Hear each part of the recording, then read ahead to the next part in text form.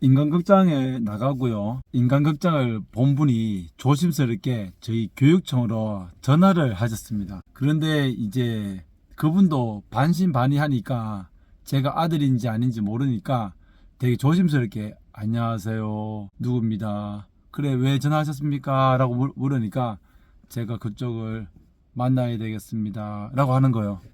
왜 만나자고 하십니까? 라고 물었죠. 전 당연히 알긴 알죠.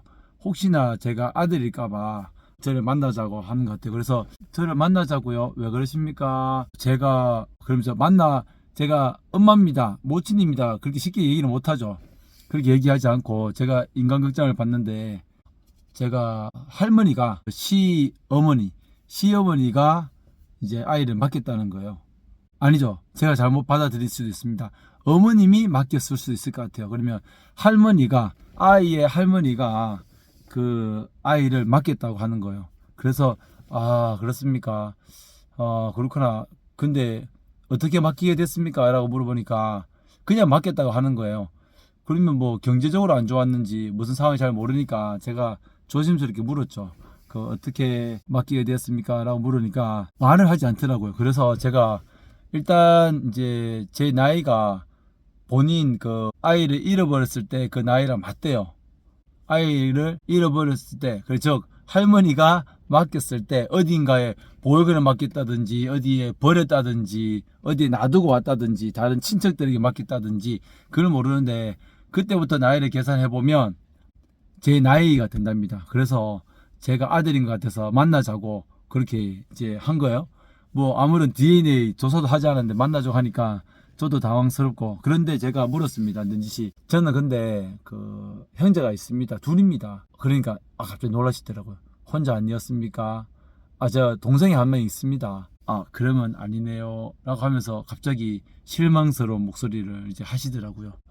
얼마나 지금 44년 동안 아이를 찾으려고 했는데 아무리 그 할머니, 제가 정확하게는 잘 모르겠지만 할머니라면 본인의 모친을 말하는지 아니면 시어머니를 말씀하는지 잘 모르지만 안 알려주시더래요. 그래서 그 분께 물어보면 안 되겠습니까? 라고 하니까 그 이제 할머니가 돌아가셨다고 하더라고요. 아이의 할머니는 돌아가셨고, 그래서 오히려 저도 당황스러웠습니다. 그런 제보는 제가 여러 번 받았기 때문에 저는 별로 조금 당황스러웠지만 그분은 혹시나 실오라기 같은 희망을 가지고 저에게 전화를 했을 텐데 되게 당황스러웠는 것 같습니다. 그래서 일단은 제가 물었죠. DNA 검사를 하려면 일단 자녀분을 찾기 위해서 그 경찰서에 가면 됩니다라고 했더니 본인이 부산의 어느 경찰서에 가셨다는 거예요. 가셨는데 경찰이 그 분의 DNA를 유전자 검사를 할 수 있는 근거가 없다는 겁니다. 사실 지금 법에 보면은 보육원에 들어간 무연고 아동, 저 같은 출신이죠. 그리고 실종 아동을 신고한 사람들만 이렇게 할 수가 있어요. 어른들도 마찬가지죠. 그런데 이분은 아이의 할머니가 어디에 버리거나 보육원에 맡겼을 때 실종 아동 신고를 하지 않았다는 거예요. 그래서 이분은 나이가 60살인데 참 이분이 왜 아이를 할머니가 버렸냐, 어디에 데려다 놓았냐, 이것은 21살 때 아이를 낳았다고 합니다. 21살 때 아이를 놓아서 아무래도 아이를 좀 빠른 나이에 놓았던 것 같아요. 그래서 아마 혼인신고도 하지 않고 그랬을 수도 있으니까 미혼모일 수도 있고 그래서 맡겼는데, 이제 이분은 찾고 싶은데 갔더니 본인은 DNA를 등록할 수 있는 그 근거가 자격이 안 된다고 하는 거죠. 법이 그렇더라도 마음이 얼마나 아프겠습니까? 그래서 제가 알아봐 드리겠습니다 라고 해서 이틀 동안 아동권리보장원에 전화를 해서 오늘 문의를 한 결과 할 수가 없다. 그래서 제가 물었죠. 어떻게 해야 되느냐라고 하니까 경찰관님의 어떤 판단이 있으면 할 수도 있다라고 해서 제가 곰곰이 생각을 해봤습니다. 그래서 어르신께 다시 전화를 했죠.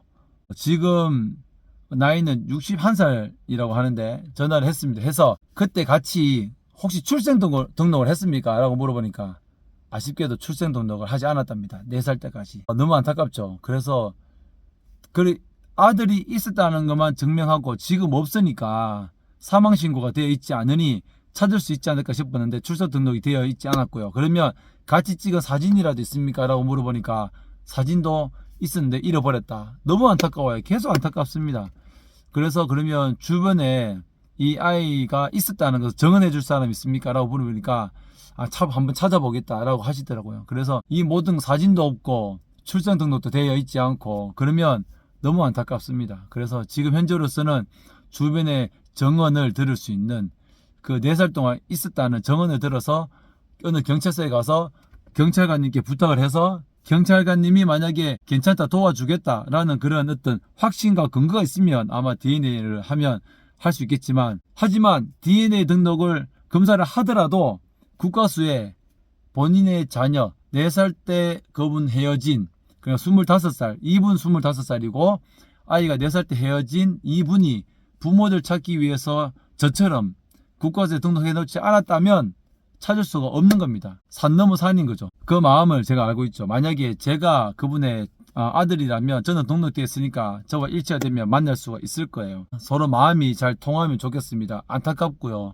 이 땅에 생각해보면 또 그분처럼 아이를 잃어버리거나 아이를 누군가가 또 다른데 버렸거나 보육원에 맡겼거나 다른 친척들에게 또 맡겼거나 그렇게 해서 아이들을 못 찾는 소위 말하는 제가 가끔씩 유기 아동이라고 하죠. 버려진 아동, 부모님과 떨어진 아동들이 이 세상에 얼마나 많겠습니까?